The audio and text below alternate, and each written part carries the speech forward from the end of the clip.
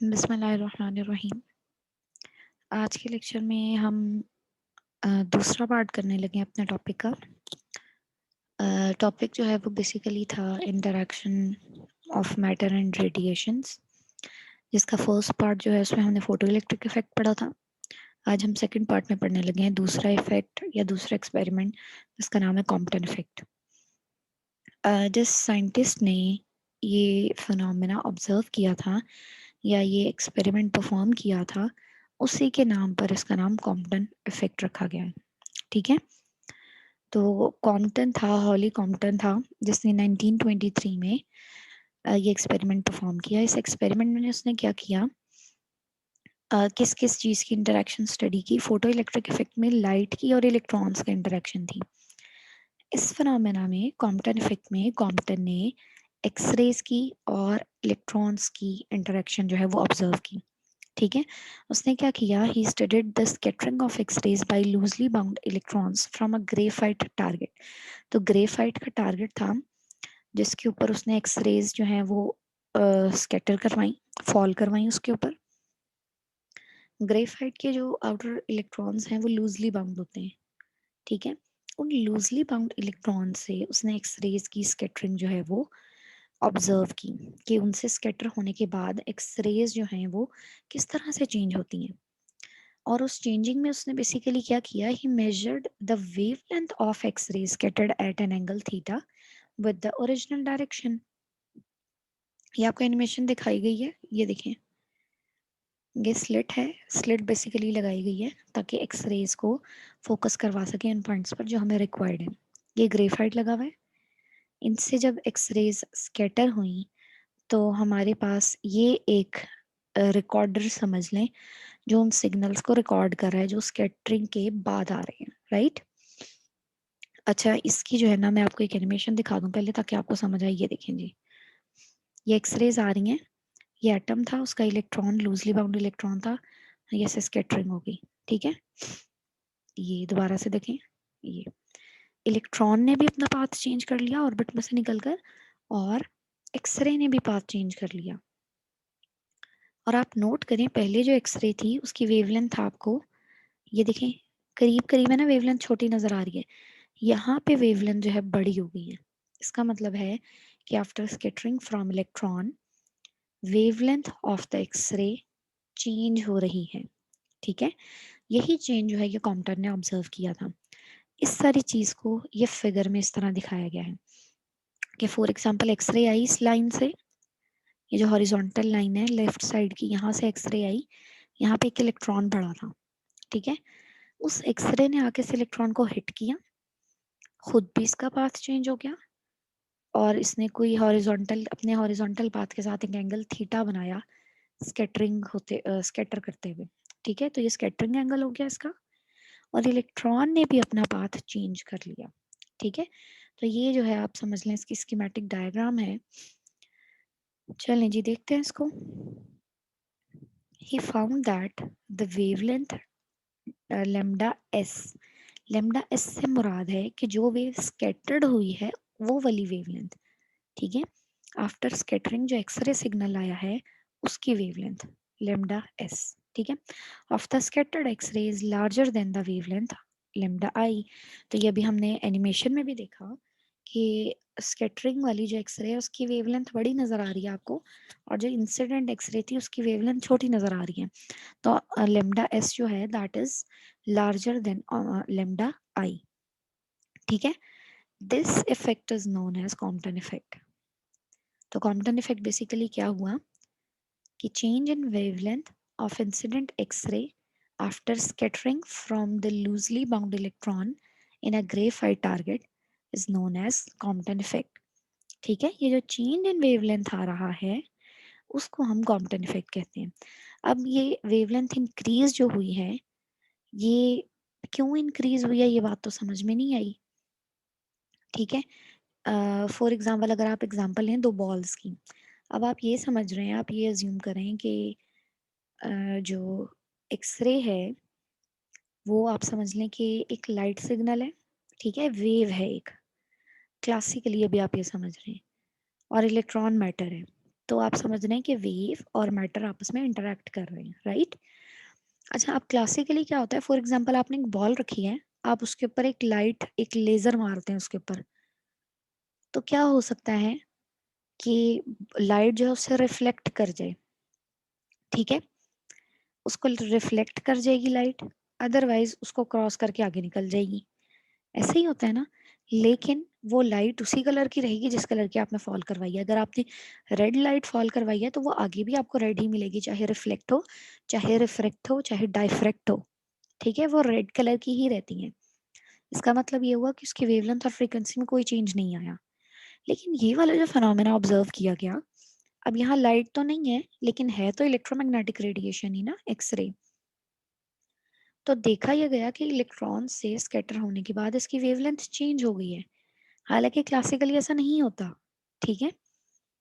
तो अब ये चीज हमने एक्सप्लेन करनी थी कि ऐसा क्या हुआ जो एक्सरेज की वेवलेंथ चेंज हो गई। क्लासिकल वेव थ्योरी इस चीज को एक्सप्लेन नहीं करती कि वेवलेंथ चेंज होती है स्कैटरिंग के बाद, ठीक है। तो Compton suggested that x rays consist of photons. अब उसने भी यही कहा कि एक्सरे जो है वो फोटोन्स पर मुश्तमिल होती है। And in the process of scattering, the photons suffer collision with electrons like billiard balls. अब आप समझ लें कि जब एक्सरे इलेक्ट्रॉन के साथ स्ट्राइक हुई है तो एक्चुअली वो एक एनर्जी का पैकेट है जो स्ट्राइक हुआ है, ठीक है। एनर्जी का पैकेट है जो बेसिकली उसके साथ स्ट्राइक हुआ है, फोटोन स्ट्राइक हुआ है उसके साथ। इन दिस कोलिजन, ये देखें, ये एक्सरे आ रही है इलेक्ट्रॉन के साथ। अब आप समझें कि ये एक और बॉल है, फोटोन है ना इसके अंदर, उस फोटोन को आप बॉल ही समझ लें। तो अब वैसे ही है जैसे एक बॉल दूसरी बॉल से कोलाइड कर रही होती है। In this collision a part of incident photon energy and momentum is transfer to an electron. तो अब क्या हुआ कि एनर्जी का कुछ पार्ट जो है या मोमेंटम का जो कुछ पार्ट है फोटोन की, वो इलेक्ट्रॉन को ट्रांसफर हो जाता है, ठीक है। अब इलेक्ट्रॉन जो है, जाहिर है इलेक्ट्रॉन भी अब मूव करने, पहले ये रेस्ट पर था इलेक्ट्रॉन, लेकिन अब ये भी मूव किया है किसी और पाथ पे, ये भी स्कैटर हुआ है। तो जाहिर है इसके पास कोई मोमेंटम आया है तो ये आगे स्कैटर हुआ है ना, इसके पास कोई एनर्जी आई है तो ये आगे मूव किया है ना। तो वो एनर्जी, ये जो फोटोन इसके साथ स्ट्राइक करता है वहां से आती है, ठीक है। तो अब देखें ये चीज तब तक एक्सप्लेन नहीं हो सकती जब तक आप एनर्जी को फोटोन ना कहें, ठीक है ना। Applying energy and momentum conservation laws to the process, he derived an expression for the change in wavelength delta lambda. अब हम ये जो सारा प्रोसेस है ना कॉम्पटन इफेक्ट का, इसके ऊपर law of conservation of energy और law of conservation of momentum apply करते हैं, ठीक है। दोनों कंजर्वेशन लॉज लगाकर कॉम्पटन ने कैलकुलेशन की। उस कैलकुलेशन के साथ आपके पास जो डेल्टा लेम्डा यानी कि चेंज इन वेवलेंथ जो है उसका एक एक्सप्रेशन बनता है जो यहाँ पे दिया गया है, ठीक है। इसकी कैलकुलेशन इसका पार्ट नहीं है तो उसको करने की भी ज़रूरत नहीं है। तो जो फाइनल रिजल्ट कॉम्पटन ने डिराइव किया था बस हम वही देखेंगे और उससे से आगे रिजल्ट्स देखेंगे। तो the expression is delta lambda. अब डेल्टा लेम्डा किसके बराबर होगा, लेम्डा एस माइनस लेम्डा आई, ठीक है, scattered wavelength minus incident wavelength, and it is equal to h over m naught c multiplied by 1 minus cos theta, where h is the Planck's constant, m naught is the rest mass of the electron. अब rest mass क्यों लिया ये आपको बिल्कुल first lecture याद होगा, वहां मैंने आपको बताया था रेस्ट मास क्या होता है। रेस्ट मास का मतलब है कि speed of the electron is is very less, is very small as compare to the speed of light, ठीक है। तो आप समझ लें कि वो ऑलमोस्ट रेस्ट पर ही है। तो उस वक्त जो उसका रेस्ट मास है, उस वक्त जो उसका मास है वो एम नॉट है, ठीक है। एम नॉट से उसको रिप्रेजेंट किया गया है। C is the speed of light and theta is the scattering angle. ये फिगर देखी थी ना आपने, ये जो थीटा बना था जिसके ऊपर एक्सरे स्कैटर हो रही है, ये वाला एंगल, ये वाला एंगल जो है ये इसके फॉर्मूला में इंक्लूड है। तो this is the expression for Compton shift. ये जो वेवलेंथ का चेंज है इसको हम कहते हैं कि ये कॉम्पटन शिफ्ट है and it is equal to lambda S minus lambda I, ठीक है। या कि यही एक्सप्लेनेशन लिखी हुई है इसकी। Now the factor h over m naught c has dimensions of length. Dimensions को आप अगर आप इसकी डायमेंशंस को निकालें h over m naught c की, आपको इनके यूनिट्स पता है, यूनिट से आप डायमेंशंस निकालें तो वो जो डायमेंशंस है ना वो लेंथ की निकलती हैं, यानी कि मीटर में निकलती हैं। ठीक है, और उसूलन इस फॉर्मूले को अगर आप देखें, ये तो यूनिट लेस क्वांटिटी है ना, तो ये जो लेमडा है इसके यूनिट मीटर्स में होंगे। मीटर्स के साथ जो भी प्रीफिक्स आप लगा दें, लेकिन ऐसा यूनिट तो मीटर होगा, तो लिहाजा ये इक्वल के दूसरे साइड पे भी ओवरऑल यूनिट जो है वो मीटर्स होना चाहिए।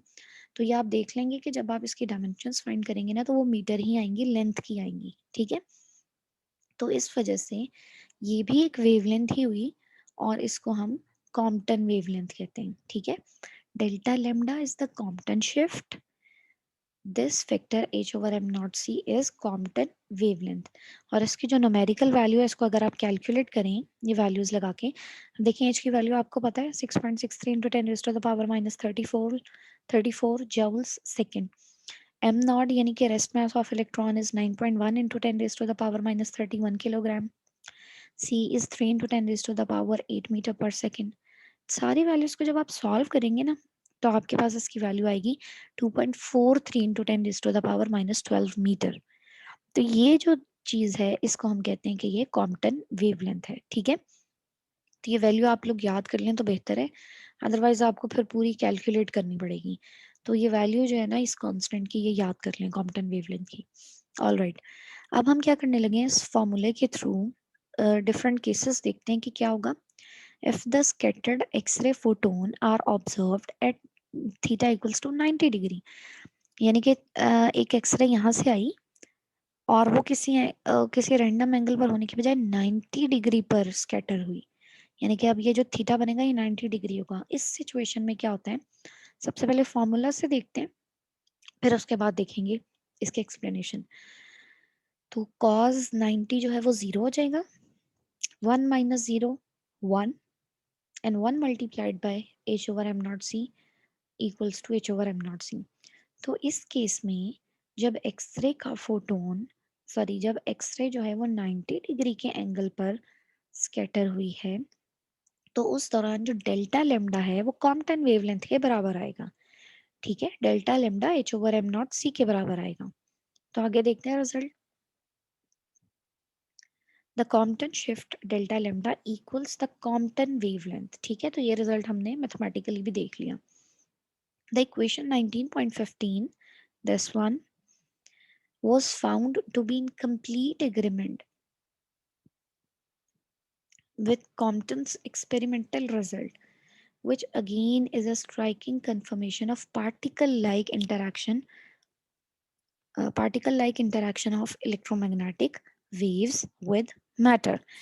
तो ये जो सारी एक्सप्लेनेशन हमने देखी यहाँ से हमें कंफर्म हो गया, अगेन कंफर्म हो गया कि वेव जो है उसकी पार्टिकल नेचर एग्जिस्ट करती है।